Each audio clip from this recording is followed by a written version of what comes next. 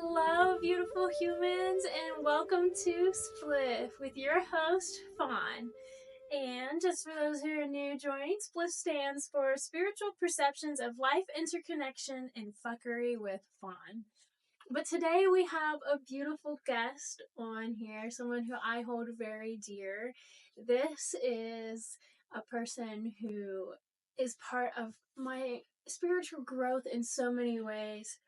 This human is one of the first to welcome my spirituality full hearted and is definitely my spiritual sibling. So we have different types of soulmates and stuff, and this is one of my soulmates, is my spirit. I like to say sibling because we're gender neutral here. So this is my spirit sibling for sure. And we're gonna dive into past lives with that too. But welcome, Dal. Thank you for joining. Oh, thanks for having me. Oh my gosh, Ari, this is so cool. Art fun. That's okay. So Ari is the nickname that Dal's given me through college. My name is Ariana Fawn Ruiz, but I chose to go by Fawn on this podcast. This is a great segue into that. I chose to go into Fawn because I really, really wanted to come with a fresh start and the purest and most kind intentions. And my middle name comes from my aunt that I was named after. Her name was Fawn, and she died at the age of I'm gonna mess up the age. At a very young age, I think it was around 12. She was riding a bike and she was hit by a drunk driver, so she didn't get to live her life. And my mom named me after her, and I felt like what better way to honor such a pure spirit being taken from this earth than to use that as my online persona.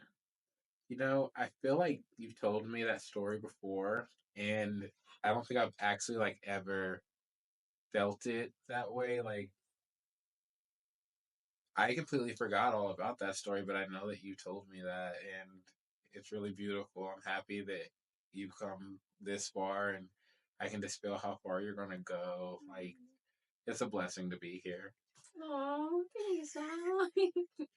So, would you like to dive into our past life memory on your perspective, and then I can dive into mine? Well, let me grab a brew really quickly, okay? So, I personally didn't think a lot about past lives or spirituality at all. I think at like the age 10, I had, I come from a really religious family. I say really religious, like the head of our house, my grandma's really religious. My dad is religious. He's more religious now than he used to be. And everyone's God fearing, Baptist church. But there's a lot of freedom in my family to explore who you want to be. And while I didn't have any kind of understanding of spirituality at 10 years old, I said to myself, and I don't believe this anymore, but I think I asked God for something really, really just superficial. If I'm gonna think about it, actually, I think I asked God for my mom to come home that night, Mm. and she didn't. So I thought that that meant that God wasn't real because I thought God worked like a genie, and you kind of send up wishes and they come down. That's that's not how they work, but that was enough for 10-year-old me to say, you know what, I'm atheist. I've heard this thing before. I'm atheist. That lasted for like a while. Um, I think until sophomore year of high school. Like I could always feel a spiritual presence with me, and I always felt blessed. I always felt like no matter how bad things can get, and they have been bad, um, that I'm either blessed not to know how bad they really are, or to be able to persist through that. And um, it took me going to college and really walking past a lot of the doubt that I had in a lot of the voices that I had around me because all the cool kids were atheists in high school, and all of the male members of my family who I mean, I'm masculine sometimes, but I really don't identify as much with the masculinity in my family. They weren't really like church going people. So the women were like expected to go to church. And eventually like the kids like they just didn't make us go with them, which, I appreciate the choice. It just left me kind of like a spiritual nomad at a younger age. And it took a lot of trial and error. And I say, like, when I was younger, my dad tried, but I really got to test my spirituality in college. And then I met the most beautiful girl in the world. Like, really, you would think that she was a ray of light come down to earth. And, I saw her and I wanted to talk to her. And I knew that I knew her. And upon conversing with her, I saw for the first time, I called it fuzzies. She called it aura. Oh yeah. She could see the color. I couldn't see any color. It's just like some fuzziness around people, but it really opened up a conversation around spirituality I've never had. Yeah, I walked, so for those that don't know, very few that do, I walked straight up to Dal and was like, "Oh, this is the color of your aura." Yes. And Yeah. like I've always been a pretty blunt in your face kind of person about a lot of things, but especially in college, I was very, very in tune with my spirituality and just threw it in everyone's face and didn't care that if it offended someone because that was so who I latched onto. Like I needed my spirituality more than anything. But I remember just like I saw Dow and I was like, this is a human like I need to interact with. And it turns out that later we had our past life memories of how we lived several lives before Hmm. together. I think I brought it up to you. And this is again like there's not like a conversation of reincarnation or past lives in my family. But something told me to tell you, like, hey, I've been thinking that like we're siblings, like I'm your brother, you're my sister, and that something terrible had happened. Um, I was remembering, and mind you, I have not done any DNA testing or anything. I was remembering living some kind of tribal lifestyle. I assume it was Native American because I didn't know like what this could be and how there would be dancing, um, and how me and my sister were really important figures in our tribe. Me being the person I am, I trusted some colonizers. Um, I love people. I don't like colonization. And the more and more I grow up, I understand why.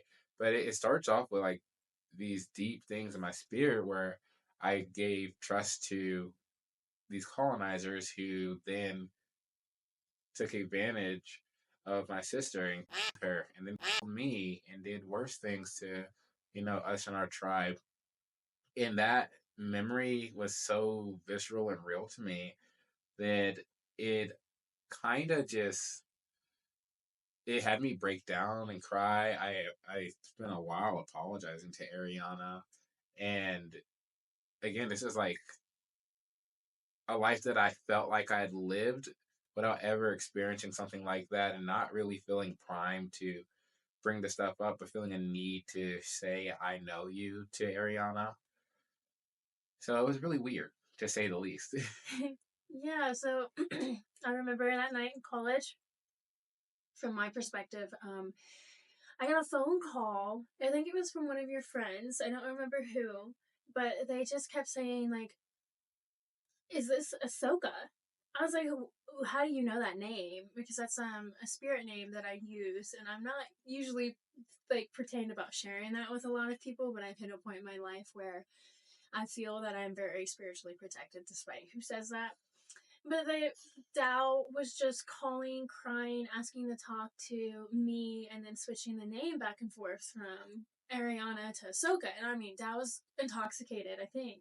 Yeah, I used to get down like it's one beer a night for me. Okay, maybe like four, but like back in the day, it was a problem. We were both in college and young. It was our freshman year, it was 2015. Yeah. So I was just I think around that time I just turned 18 because I started school a little early and you were 18? 17. 17. So we're both like pretty young, but I just remember we don't condone underage drinking. No, No if you're underage not drinking. fucking if you're not of age, don't be drinking. Don't do it. Before I call your mama. But yeah, I got that phone call, so I came over. I lived in a separate building than Dow, or no, we lived in the same buildings, but Dow was at a different building. So I walked over, and Dow's just like hysterically crying on the sidewalk, and this friends with them, and they're like, "Oh, I'm just gonna kind of leave them to you." And I was like, "Okay," And then that's when Dow hugged me, and I remembered the same story that Dow just told. Um, and I remember it in so much detail, like just from a hug, just from holding you. I remembered how beautiful our relationship was and still is, and like that you were just so curious, and you just believed that everyone had good hearts, and Dow is still like this. Dow holds a very beautiful perspective of love and life, and has always been like that in every life. And I was always the cautious older sister. And then for my friends today, they call me grandma, because I'm like the one who's like, let's be responsible, let's like, are you sure you should be doing that, listen to your spirit guides, quit messing around. At the same time, I've had my stories though. Right. But and so Dao was just so curious about these colonizers. This is our past life that we're talking about, remembering. And so I remember telling you to stay away because we can't trust them. We don't know these people. We don't know. And the Great Spirit had given us messages that these people can't be trusted, and that it will be the death upon our our um our culture and our people. And you were just so curious, and I'm not throwing shade, like I get it. I wish I had that. No, I don't want to be envious. I understand that longing to, what I would say is connection with the inner child, and you've always been that, and it's a beautiful thing, and I think that's what we should all strive to connect with. That being said, our world is not always so kind to that, and this is a perfect story. And so Dao ran off to the shore to greet some, and then it was two colonizers in particular, and I ran after Dao, and they tied me up and tied Dao up and forced them to watch as they harmed me in a non-consensual way, and then after me, and then I don't think you're supposed to say that either. And Unalive. unalived. I'll have to cut that. Unalived Dao and underlived me, and that was such a like intense memory to have this sober for me, coherently sober, not in a dream, not intoxicated in any way, while hugging you when you're crying, talking about, I've had this dream, I remember. And I remembered with you. And it was from then on that I was like, this human has been with me every life. Every life. You've been my sibling, whether it's a sister or brother. Dao is our lovely human who is non-binary and Gender fluid. gender All of fluid. it. So I always try to use sibling, but I think back then you weren't as comfortable um with your identity, so Dao associated with he, him, and brother. So, but I try to use sibling at this point. But so, first of all, I love you. I love you. And I don't hold anything against you from that life before and the other ones. I've remembered a couple other ones, but that one is the most prominent. And here we are, here in 2024. And that was, who knows what date that was. That was a while ago. 2015. 2015 at some point. Is that something though that we're still facing colonization issues in today's world? Yeah. But before we dive into that, I'm wondering if you have any more stories about past lives, or like if you want to talk about your full-on beliefs around it. Yeah. For me, like I feel like diving really deep sometimes into spiritual stuff can feel really overwhelming. So I like just try to simplify it down and live the best that I can. Because like sometimes, of course, I have the feeling like, oh, there's something around the corner, or like there's something like weighing me down, or there's like memories that come back up. But I really try, and it's a personality trait of mine, to be right now in the moment as much as possible. And in that moment, I try to say thank you for all my blessings. And I pray to God, the creator of everything in the universe. To me, I try to be Christ like Jesus, because I think Jesus is amazing and a great example. Um, and I like ask for forgiveness when I'm just a person. Like I'm made the way that I'm supposed to be made. So any way that I show up in this world, I guess it's me playing my part in the everything that is God. So I feel like we're all pieces of God, and the whole is God. Like God can do everything. God is now, God is then, God is later. And you know, I'm not like really afraid to say that like I pray a lot, and I pray to stay in the here and now and like count my blessings, because I think it keeps me protected whenever like I'm just not ready to go places. You know, if I'm here right now, I'm trying to be here right now, and then when I'm not meant to be here, then I won't be here. And I don't think there's going to be a lot of fighting for me to go in any other direction other than to just live like I feel purpose. Hmm. What I really love about mine and Dow's relationship is that you would say that you identify more with like Christianity, spirituality, right? Mm-hmm. And I myself, I identify as I just usually just label spiritualist because, like I said in my introduction, I kind of group a bunch of things together. Mm-hmm. But I think a lot of people who claim to be Christian or say that they're Christian can find these kind of conversations really difficult because they believe so in depthly to exactly what the Bible says, but it feels like for you, you're able to interpret what it feels like it should be for you. It's that, and at the same time, it's me not subscribing to religion or humans, right? Because people will misconstrue the voice of God that will come to me when he wants to speak to me, or when the God that is above even a gender will speak to me, or a God is even above my thoughts and feelings.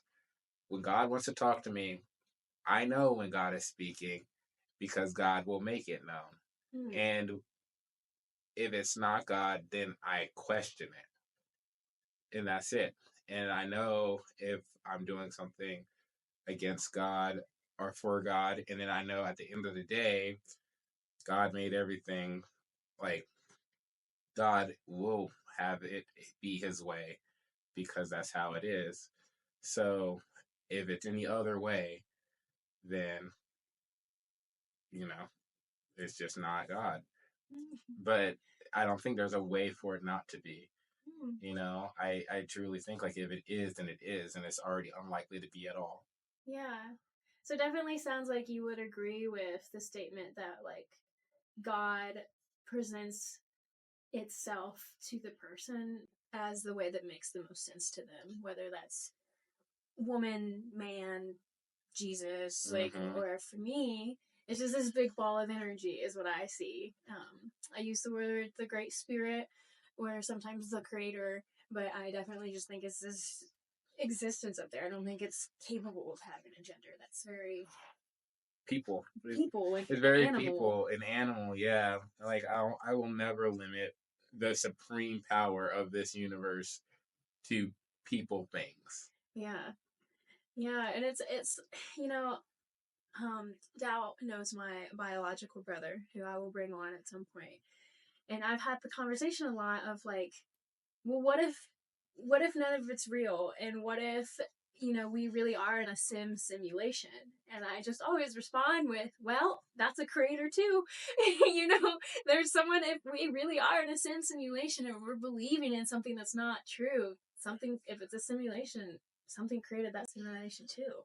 You Yeah. know? Yeah. Absolutely. I always like those conversations. I love having these conversations with Dal because it's always so open hearted with no it's giggles and laughs and no hard feelings. I do want to point out that Dal was one of the first people that I interacted with that identified as Christian, and I had like that kind of shifted my personal views on Christianity, because I've only had bad interactions with Christians prior to you and a couple others later down the line. These people that were claiming to be Christians who hated me for my existence for being gay, or who I'm not fully gay, by the way, but we'll talk about that in a different podcast. But like, just like, because I didn't go to church or because I swore and just all these crazy things, to me I was like, wait, I thought, you know the creator we worship, just like everything that you just said, like the creator will come to you. And for me, nature's my church. That is the purest form Mhm. of the creator's work. Yep. And it's really powerful to be around you because you freed up my church to be nature and my body as a temple, and really go inward to clean up my own house first before trying to build a house for God. I already have a house for God. It's called me. Mm. Ooh, some snaps on that one. Yes, yes, ma'am. It's just like, like I can't, where like people want to be in their man-made protection, and they'll be trying so hard to say what God is, and in them trying to define that indescribable, the awesome and magnificent, they sit there and they block out and limit what God can be to them. And they say, oh, because God's limited for me, then God has to be limited for those other people because that's what makes me feel comfortable. So then you're praying outside of a church, or you pray in a different way than somebody, and you say, "Oh no, actually, please don't do that in my community because that confuses my kids. That confuses people to see you exist as yourself, and that's just not godly. That's not Jesus. That's you, throwing a stone while you're a sinner, and he without sin cast the first stone. If everyone's a sinner, none of y'all should be throwing rocks." Oh. Yeah, I think well, both me and Dao have worked in the therapeutic field. Dao still works in the therapeutic field, and like everything you said, yes. And we also understand that some people are just not open minded because they've never been forced to be. And Mm-hmm. it's not throwing shame at them, it's just that we recognize that there's like, the word ignorant has such a harsh, like, idea around it, but in all honesty, some people are just ignorant to the reality of the beyond of this box, and in the comfortability and thinking outside the box, Mm-hmm. the unknown. Yeah. Yeah. It's really, you know, I can call it tragic, but it really is what it is. It always is what it is. It's so like matter of fact, but yeah, people are built to see their own perspective. That's why we look through our own two eyes. And yet at the same time, we have ears to listen. We have mouths to communicate our perspective to other people. You know, it's not like you're sitting here inside of a vacuum. Your experience Mm. is informed by all these other experiences. I like to draw it out as a circle. Y'all probably can't see this. It's okay. It's a circle, right? And then you're a dot on this circle. You can't ever see the other side of that circle because your dot is that far away. But you can kind of get the perspectives of those other dots closer to you on those circles. But I like to think of like, oh, what is the perspective of the moon? I'll never get to that side of the circle to know what it feels like to be a moon. unless I actually live that life one day. And now I really do believe that like there are other lives for me to live, or when I'm done, I'm really done, and I'll be with God. Yeah. Yeah, I touching on that, I'm really big in saying like with people who are a bit more close minded and stuff, I'm not really saying there's like a right and wrong. I've always said that there's not right and wrong choice. There's a choice and you have a positive or a negative outcome. Mhm. And so I really strive to try and like live life of being open minded because I know that I always have that positive outcome of like I don't have to argue. I'm not right and you're not wrong. It's like if I draw, and again, you're not watching, if you draw a six, and somebody's standing on the top of it, it's a nine to them, but it's a six to me. And we're Mm, both right. We perspective. just is all about the perspective, and that's what the show's about. Different perspectives and being a Yes. spiritual person. Mm. I'll tell you one thing. You know somebody loves you if they can accept you to have a conversation about your perspective. It's one thing if, you're spending time with someone doing harm to you or threatening harm upon you over and over again. Maybe leave. Not maybe, like please take care of yourself. Leave if you can. But people are people. Things are way more nuanced than that. But when you know you have love is when you have someone who's willing to make the attempt to accept you. Not Mm, even do they understand you. It's like, damn, you're really like here. I love you still. I really will still show up for you. I'm still gonna buy food. We're gonna have groceries in the house. I'm still gonna like pick you up when you need to go to work.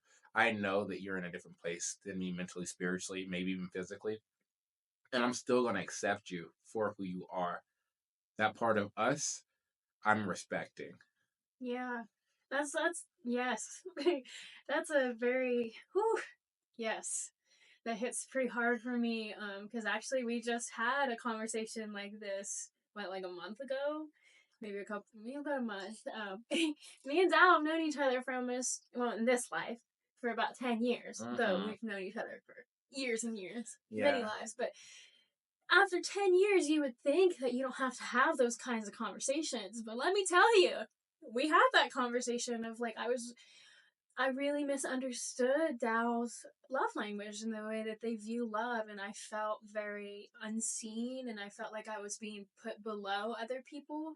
And even for someone like me who constantly tries to check my emotions and constantly tries to like reach out to the great spirit for guidance, like I'm still human, and to have that conversation, be able to have that conversation from going from like, oh my gosh, you hurt my feelings, I can't believe we're here, how could you do this, to like, oh, I understand, that makes sense. All it took was for me to have that uncomfortable conversation with Dao and see their perspective, and they saw mine, and that is a true interconnection. Yeah.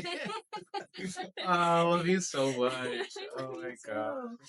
I do want to bring up something that you talked about earlier. You said that when you were 10 and you prayed to God and it didn't happen.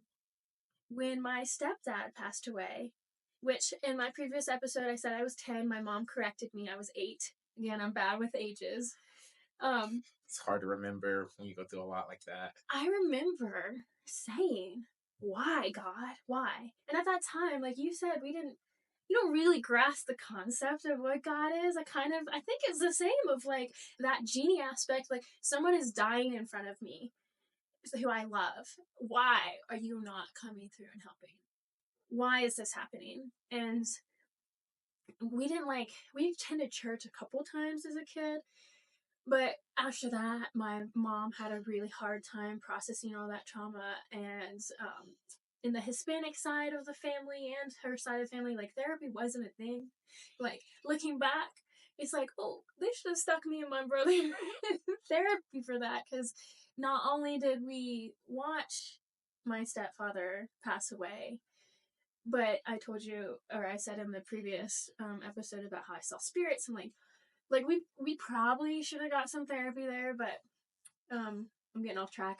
I wanted to talk about that at like a young age. I've noticed that some people like I love what my brother's doing with my nephew.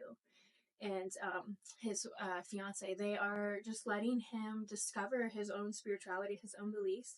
And we are in North Carolina, so he's around a lot of like God and church, and they're not, even though none of us claim to be Christian and we don't go to church, like we were all like, if you want to go to church, we'll go with you, you know. And like he's asked questions about like death and stuff, and it's like, you know, you're 9, dude. Like you can't conceive what that means right now. But I Yeah. find that interesting that both me and you had moments when we were kids of like, oh, God isn't real. Yeah. But now as adults, we're like, yeah. Like God's there. Yeah. And you know, it's wild. You say like he's 9, he can't like like excuse me. Yo, okay, wait, pause. This El Chavo Mango Habanero beer, not sponsored, but you should buy it. If you're of age. If you're of age, I'm looking at you.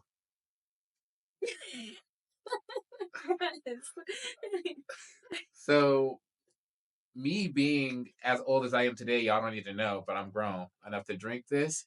I still can't process fully death. I don't think like I can even like fully grasp the idea, other than I know that it's a turning point, it's a flipping of a page, maybe a closing of a book for some people. And I know there's impact on the world around you. Like people are gonna feel my death, people are gonna feel your death. People feel the death of a of cow and pigs every day. Even those unnamed creatures, like we feel it. And that's as far as I have an understanding of death, right? Like after that, it's just like I give it away. I'm like, this is above my pay grade, above my conscious level. Let me give it away to God real quick. And it's like, ooh, because really, that's what I was missing as a 10-year old. When I needed to give it away to God, I thought that meant tell God to give me what I want. No, it's me literally letting go of my suffering and my attachment to that pain and that confusion and saying, God, you're bigger than me, take it. But as a kid, you'll lose your faith so quickly if you think like God is just there to meet your whims and to trick yourself into thinking that's what freedom is and that's what healing is, when no, like you have to just live it and then move through it, give it away, Yeah. get like let it go. And that's the hardest part, because some things I don't want to fucking let go. Period. Period. Oh my god, yes. Wow. Yeah. Well, I'm gonna segue that into just to touch on what I believe when it comes to past lives. And again, there's no right and wrong. Somebody who believes that you die and you go to heaven and you're with God and that's it, that's beautiful for you. But for me, what I believe in is that we signed a soul contract when we were created from this big ball of energy. This big ball of energy has all these other small balls of energy, and that's what we are, because we are part of the creator. We are all connected and we are the universe. So we signed the soul contract for some reason. I always say that, but not really, because like imagine that, or not imagine, the way I see it, we signed the soul contract. The creator's like, I'm gonna send you to Earth and you're gonna feel everything awful, hate, hurt, everything. But you're also gonna feel everything beautiful, like love and compassion. And you're gonna meet all these amazing people, and you have a purpose. And you get to choose your purpose. And we chose our purpose when we came here. And for me, I'm a teacher and I'm a guider. And it can be a very lonely path, but at the same time, it's an inner loneliness because I have humans like this all around. Um, and so I think that we are reincarnated as humans until we serve that purpose. And then when we're done, we go and reconnect with the great ball of the creator. And with that, your soul is where it's going to be happiest. And I firmly believe that I've seen where my spirit will be happiest. Mm. Ooh, I'm gonna get emotional talking about it. Are you going to share? I am gonna share. I had a dream. It was in college. No, wasn't in college. I'm so bad at like remembering where. I remember all the things, but not the sequence. It was actually in high school, and this was when I was dating a very unpleasant human being, which we will talk about in another episode and all that came with it. F word that. Ah, you can't. You can't say that. It's okay. You bleeped it. Yeah. So I had this dream where I was with this human being, and I was on a boat, and I was trying to show this human. And you'll notice I'm using gender neutral terms because I don't want anyone to go out and find these people and attack them. I believe karma's real, and they've gotten what's coming to them. So It's true. this human, I'm on the boat, and I'm trying to take them to the spirit realm, and they just kept saying like, "Oh, I don't believe you," blah blah blah blah blah. We get there and we pull up on shore, and it's just like, y'all seen Ariel? You know how they're in the boat, like with each other, kind of like that blue, like kind of swamp, like that. Oh but, yeah. It was like that, but we pulled up on shore, and he was. Oh, not me slipping the ginger. No one heard it. It wasn't there. This person was on the boat and was like, "I can't get off. I'm not going with you. I don't believe." Girl, I should ask you, can I smoke? Yeah, it's fine. And so they stayed on the boat, and I got off, and I like pushed past all this like brush, and then I was just left like a swamp area, but then I was in this most gorgeous valley that was surrounded by like huge mountains, like probably like Colorado mountains with like the snow on top. Ooh. And there's just like deep ravine, but it was flat and field, and there was wild horses running, and the sun was beautiful, and there was hawks flying over it, and it's just so gorgeous. And then there's just this river running down the middle of it, and I'm like walking towards, and I knew that it was my home. Whew. It was so gorgeous. And there was like a center teepee and all kinds of teepees, and it was like native humans. And there was what I'm assuming, nobody said, it wasn't spoken, there was no like words once I entered actually spoken. But this elder who looked like the chief of the tribe came and just embraced me in a hug. And I just knew. I get so emotional because it felt and feels so real. I just knew that when I was done with my purpose on earth, this is where I would go. I feel extremely connected to my Native American side and like the heritage and just like that I've lived in those lives. And I by no means am trying to take away from the Native Americans that live here today and are struggling every day with their rights and all of that, and not claiming to like overstep, because I know some people are like, "Oh, you didn't grow up on a reservation." I just know that in my spirit that is my humans. And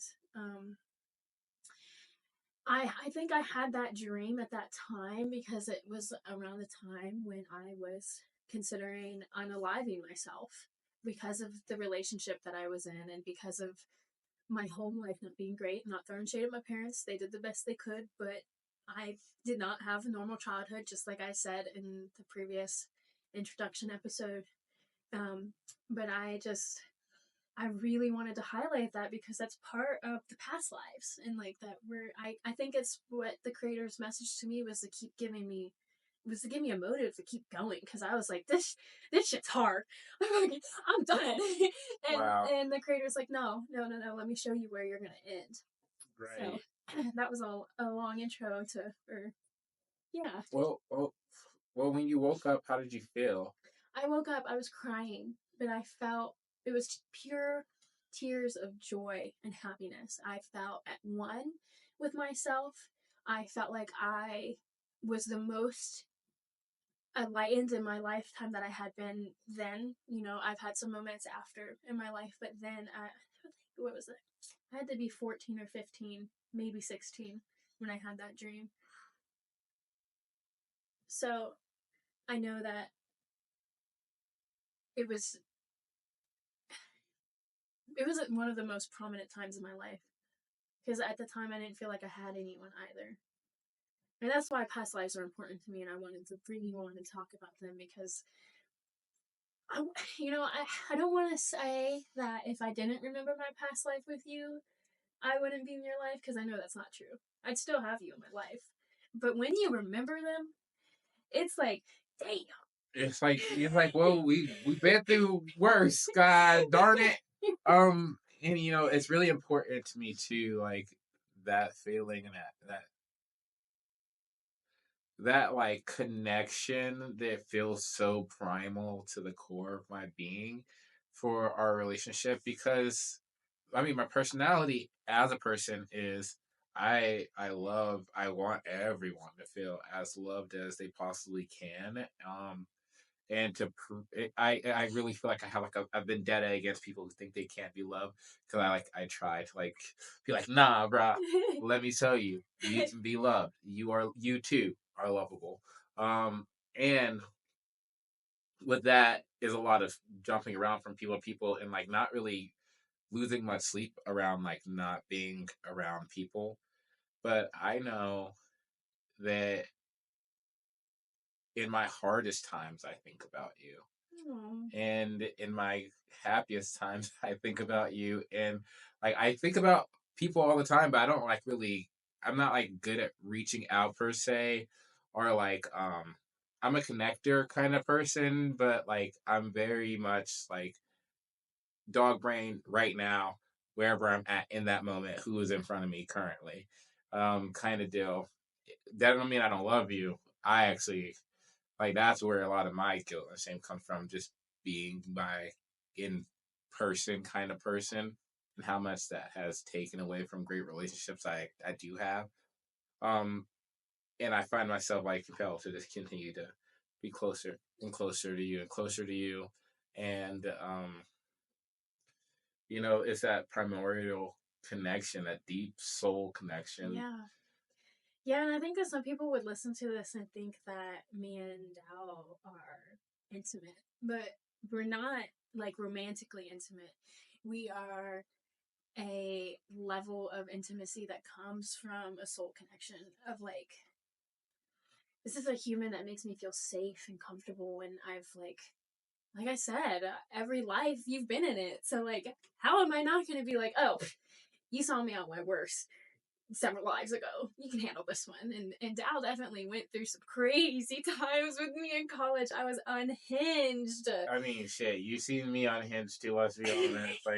Like neither of us are perfect people like everyone else, and it's really important, I guess, for people who actually have soul connections and in this really hard life to do by yourself, to make those connections and make them and hold them and cherish them and water them, because it is hard.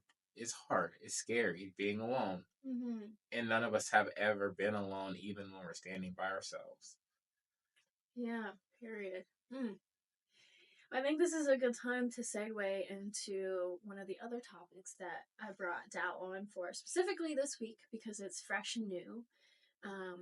But we wanted to talk about the struggles of Native peoples in all countries, not just ours, because we do talk about real world problems on this podcast as well, Right. and how that ties into our spirituality.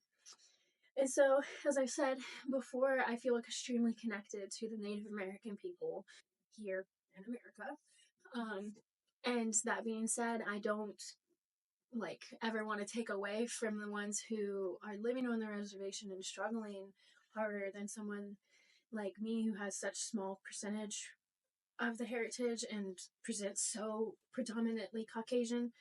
Like, I am aware there are different levels of like struggles, that I do feel very connected to them.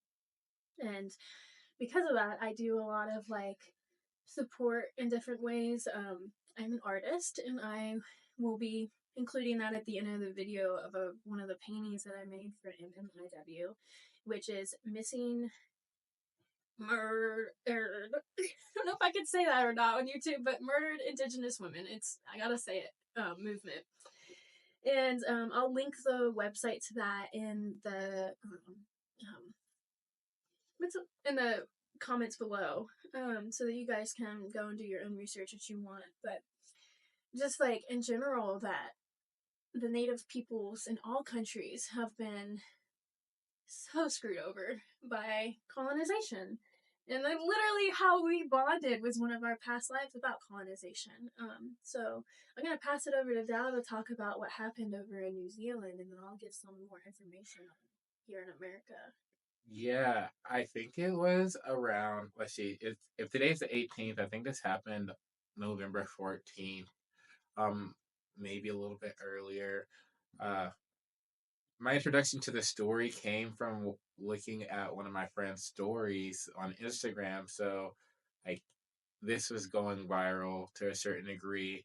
And then as I looked around, I didn't see as much of it as I would have imagined on some of my like international friends webpage. So like people who would be exposed to more New Zealand newses, I'm not seeing a lot of people talk about it. So it's been going around in America. But the Maori tribe are the indigenous folks of New Zealand, have staged a protest. They have a really, really young MP in the Congress there in New Zealand right now. And she's the youngest one they've had in history. And she and her people are fed up with the bills that the New Zealand government's trying to do to destroy treaties that started the nation of New Zealand. And, you know, they're treaties that the Maori tribe agreed to, but we all know under colonization, that's agreeing under pressure, that's agreeing under duress. And what these treaties do is allow for Maori citizens, who are 20% of the population there in New Zealand, to actually have rights, to be treated like people. So, to the core of this protest, and they were doing a native dancer. There's a hakai, and I do apologize if I'm saying anything wrong. I'm so American.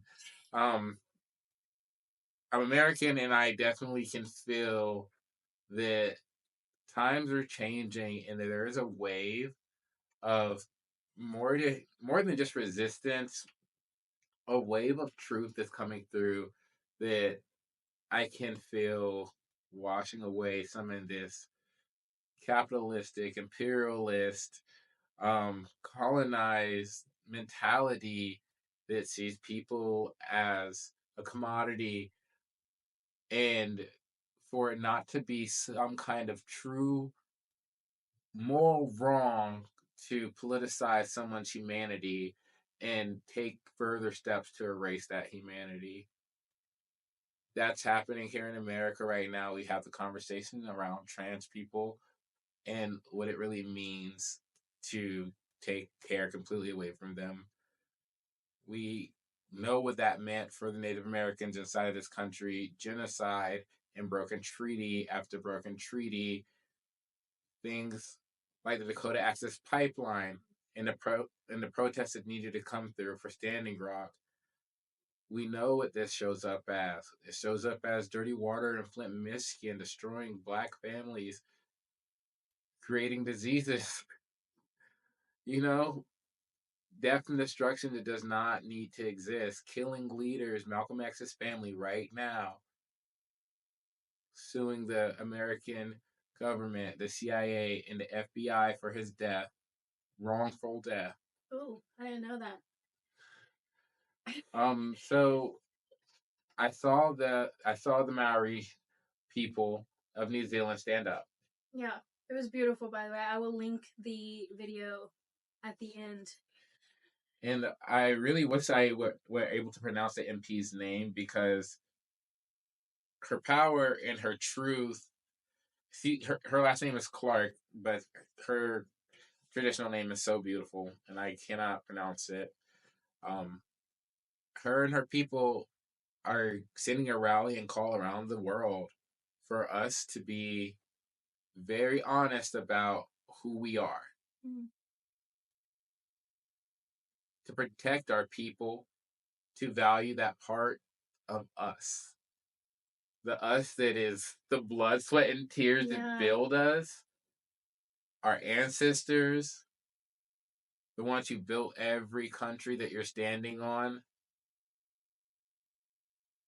And for us to know what it means to forgive but not be fallen and build something that actually looks like a future for humanity, Yeah, for all humanity. And for that's the big all thing is like, humanity. I think a lot of people would hear this and be like, oh, you're attacking or just standing up for diverse people and the native peoples.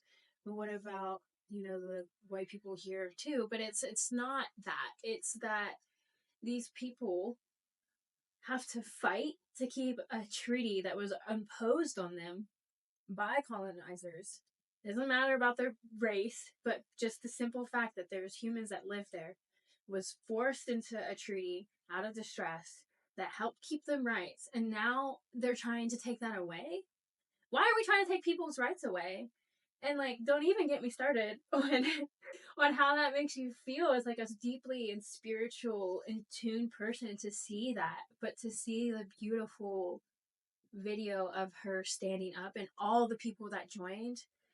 Then she get reprimanded for it, despite like she didn't care. She's like, "This She, is wrong, and I'm gonna stand up for it." yeah, she stood on business.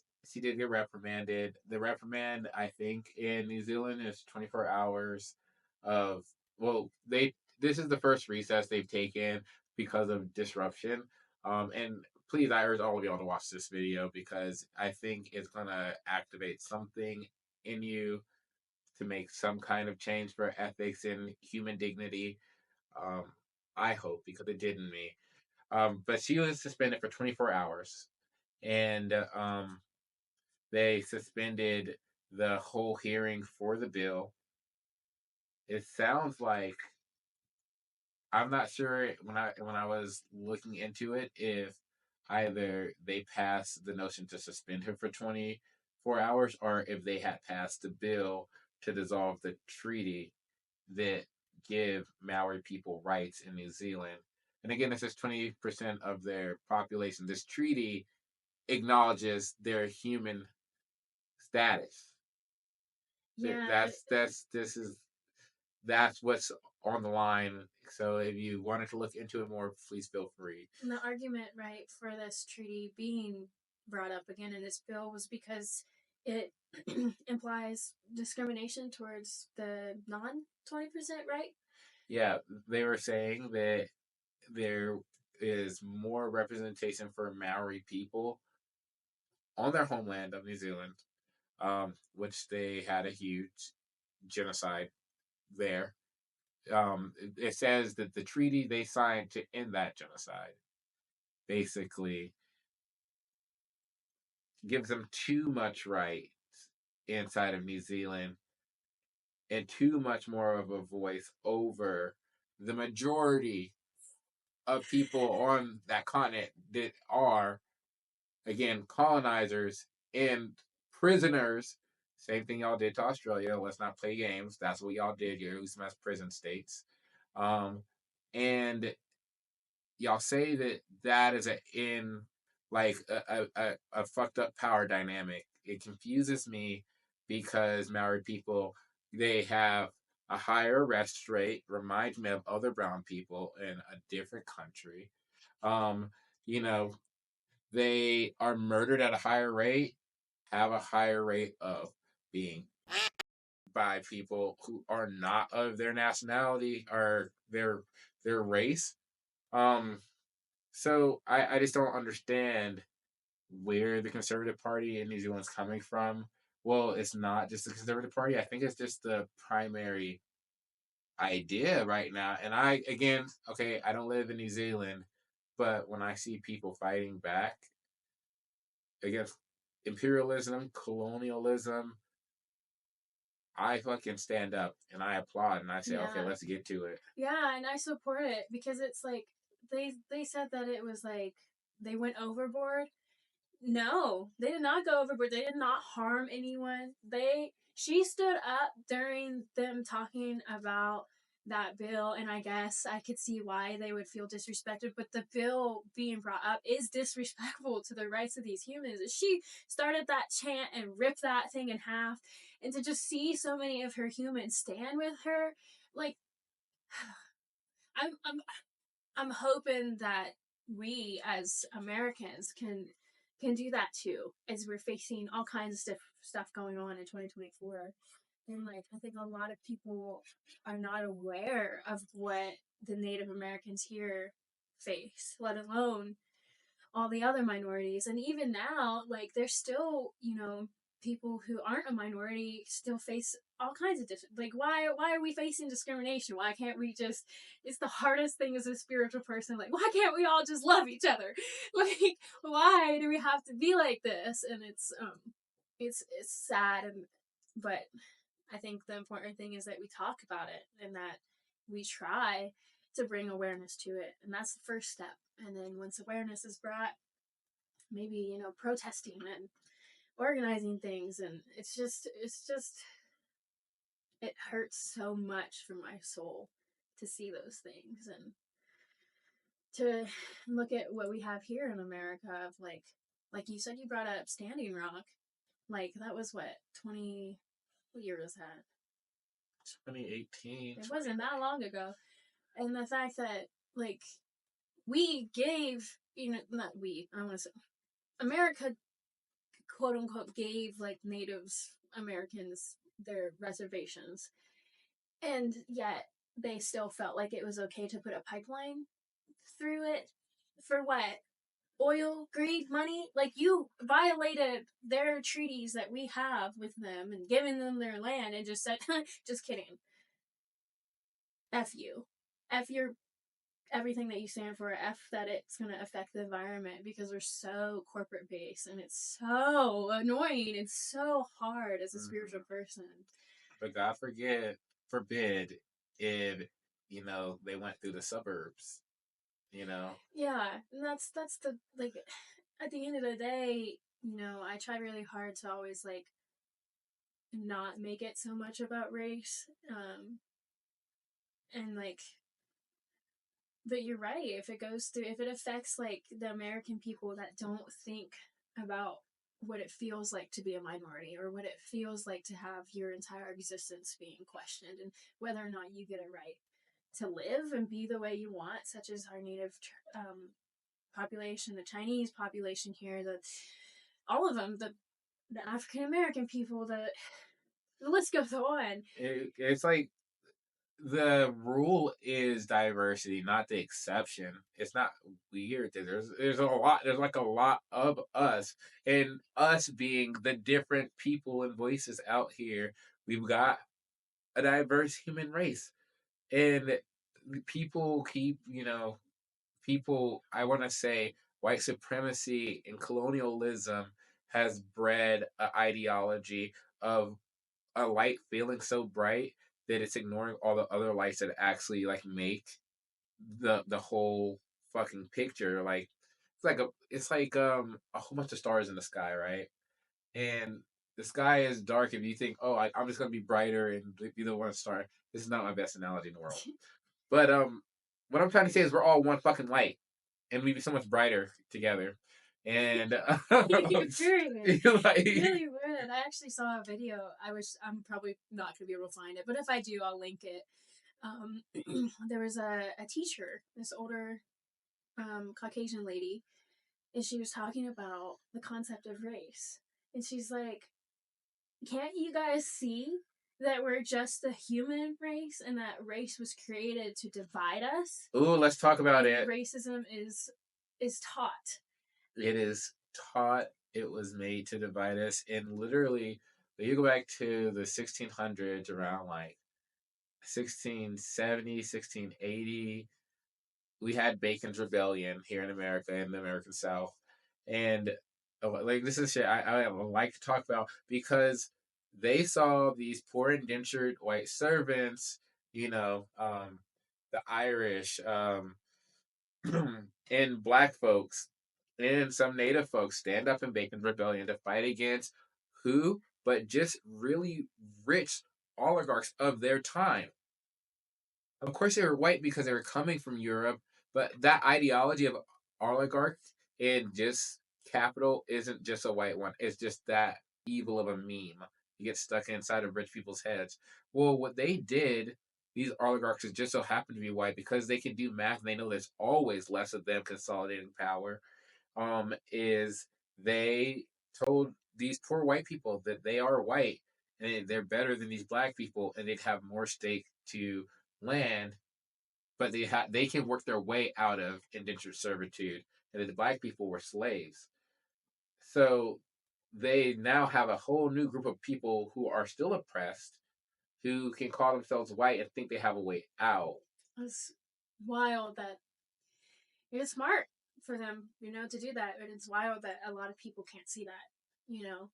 I love, I, one of the best things about kids who aren't taught racism, when you ask them, there's plenty of like videos and stuff of people that have done it. When you ask two kids, like, what's the difference between you and Jimmy or whatever, and they're like, oh, well, he likes this kind of chip, and I like this kind of chip. And they don't even talk about the skin color, and I love that when my nephew brought up Dal's existence, because Dal is sometimes dresses like more feminine, and but I remember I was taking him on a walk, and he was like, he's 9, so he's like, we read this plaque, and it was about African American history, and he's like, are we African American? And I was like, wow. Well, technically, if you like do enough DNA, aren't we all? But like, Yeah. no, we present Caucasian. And then I was like, ew, like I really just taught him that we're different. But like that kind of, how do you answer that question? Like, I don't want to take away from African Americans, and I don't want to like also teach racism, which I don't think I am. I don't think that my nephew is like, Right. oh, Dal's different because their skin's darker. Yeah. That is not how he thinks. So I know that I'm just like over analyzing it, but that's like, it's that weird like line. It's that weird line, and I think that was the like insidious thing about like separate. So here's a spiritual stuff. Yeah. Like separation in general hurts, but it's how like one thing can explore itself in so many ways, and how much it hates itself and how much it loves itself, and it being God, he, she, it, they, bigger than I can ever use the right word for. Yeah. And I'm like trying to have that conversation with a kid about like the concept of difference, Yeah. especially a difference that comes with so much historical weight, is tough because the reality is there is a separation and that there is no separation at the same time. It's like, listen here, we all, including every black kid, are growing up in a world that was built off of slavery, in a country that was built off slavery, genocide, and every person is built off of like the destruction of a lot of different things. And this planet is built off the destruction of a couple other planets and stars and stuff.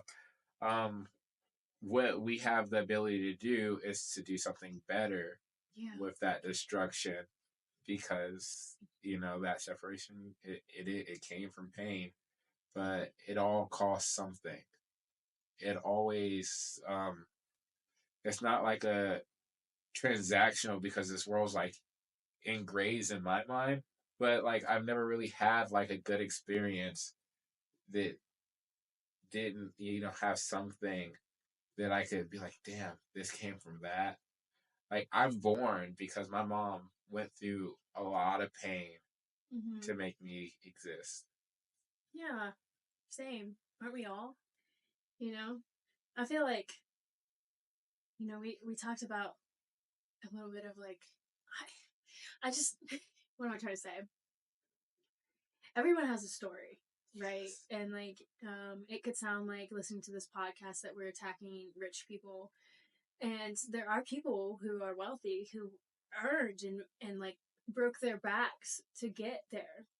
So it's not shame to them. I think we're more talking about like the fact of like corporatization and the people that are really up there wealthy and look at everyone else as just like numbers or like bugs that can be squished. Yeah. And like as a spiritual person, it's so like I find myself in this weird, just like we talked about, like both exist. There is separation, and we're all the same. The spiritual side is like, oh, we're all the same. I love everyone, and also our societal part means like, I struggle claiming my Native American side because I feel like I'm wrong for it because I present white. And yes, I have the Irish white side, but I also have the Hispanic Mexican American side and that percentage of the Native American too from my father. And I have a sister. She it was through marriage when we were younger, but I still call her my sister. And she talked about that she struggles to like claim any of that too because she knows that she's like not blood related, but she grew up in that environment. And it's just so interesting and difficult being a spiritual person and recognizing that we don't need labels to exist and that we should just be ourselves and accept that we're all unique and but also connected. And then being in a society where we're forced into, I'm a white girl, you're a black guy, and that's not the truth. That's not the full truth. It's not Part the of full it's truth. true, Yeah. but it is not the full truth. It's not the full truth. Everybody is so much more nuanced than words will ever be able to describe. Yep. That's all I gotta say. It's like, yep. That's yeah. Well, I want to end up. We can't go on and talking forever, so I'm gonna segue out of this. I would definitely have Dal. I love y'all. I would definitely have Dal back on the podcast. They're a big part of my life, and they have so much to share. So knowledgeable about so many things, and they care so deeply about so much. But I do want to touch a little bit on MMIW before I get off here. And if it makes you uncomfortable, good. Good. If these facts make you uncomfortable, good. Because we have to live in the uncomfortable to grow. You cannot grow if you're not uncomfortable. It turns out the truth is uncomfortable and the devil is a lie. Oh. So tell the truth and shame the devil. So MMIW, Missing Murdered Indigenous Women's Movement. This is about the Native American women in our country. So they are 2.5 times more likely to experience unconsensual harm.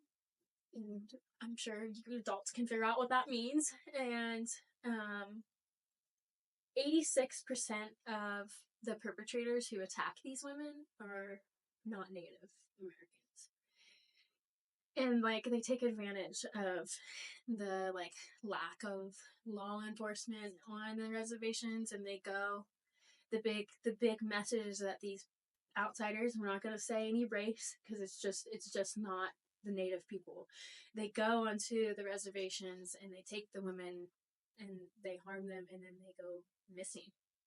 And the symbol is the red hand across the mouth of these women for these protests because it's representing the sisters who can no longer speak.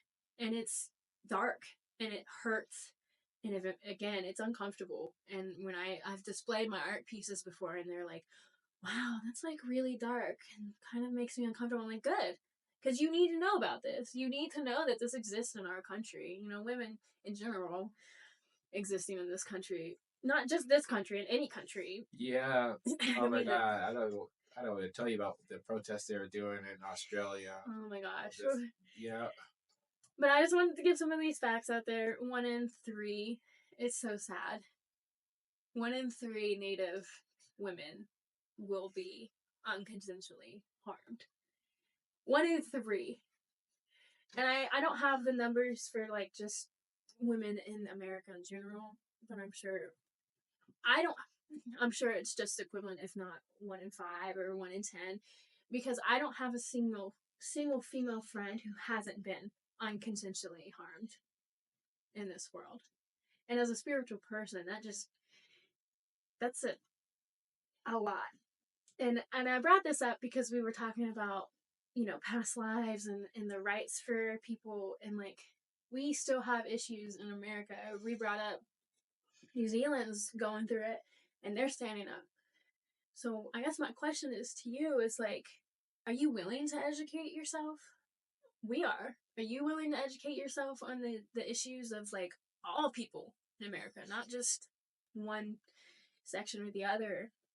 And are we gonna be inspired like by this lady to stand up? Because we should. Now, don't go harm no one. That's not we don't condone that. We ain't fighting. They didn't fight. Ain't nobody throwing hands yet. Ain't nobody throwing hands. We're not throwing hands. We're not throwing hands. But I hope that from this episode you take that, one, past lives are really impactful. Two, that impacts real world stuff, that, gosh, almost feel like sometimes they should be like separate episodes because it can be so heavy. Like I feel like the first part of our but that's what but that's what it is to be a spiritual is. person in this world, right? You can go from like, oh my gosh, this is awesome, to, whew, this really freaking sucks. Like, oh, but I hope that you take that that every day through life to be grateful for what we have, and to just really understand that everyone's got something going on. People got stuff going on outside of this country, and to like be mindful of that and to hold compassion for them and for yourself, and that this is a safe place to talk about those things too. We want to talk about the struggles of being a person, let alone a spiritual person, and how much weight that all this stuff holds on us. Like I'm probably gonna get off of here and cry. I already feel like I'm gonna cry because it was it's a lot. It's a lot. Why are we progressing backwards? I don't know, but hopefully we can fight against it. Look, I don't think. Okay, this is just me. I don't think it's a fight. I think it's a. Yeah, it feels like a fight because it's fucking tension as a mother trucker. But I think we're getting there, right? We don't. No person can tell me the future. I don't care your AI, nothing. Nobody can tell me the future, and we're like walking on a trail towards that future. There's so many ways that we can go, but I know every time I go hiking, I go down a little bit. I gotta go a curve. I go up a little bit, and like I eventually I get there. I definitely pass a bunch of meadows, a bunch of fallen trees. Yeah. And because like all this stuff is really heavy to talk about, but there's light in the fact that a woman was able to stand up for her people and not, Yes, exactly. and like we're struggling with a lot in the US, but like, I do think that we are at a point where we can stand up and not be harmed. Yeah. And we know now that there's more of us because we're talking about us, the human race. And when we tap into that, we know that what's happening right now is a fear reaction of something that is self hating of human love. Yes. Oh, well, thank you for joining. This is a beautiful, beautiful episode with heart wrenching and beautiful moments. And I'm so glad that you joined. And I love you so much. I love you. I love you so much. Thank you to all the beautiful humans that listened in to us. And, feel free to leave comments, ask questions. You can answer them in another episode. Dal's not going anywhere. Dal will be in my life. So I just want you to all know that you're beautiful, you're loved. We are all one, we are all connected, and we're here to talk about the things that need to be talked about. So we are one, we are one. Oh. Thank you so much, guys. Like, subscribe, all that stuff, or don't, it's fine. We love you anyways. Thank you so much. Love you. Bye.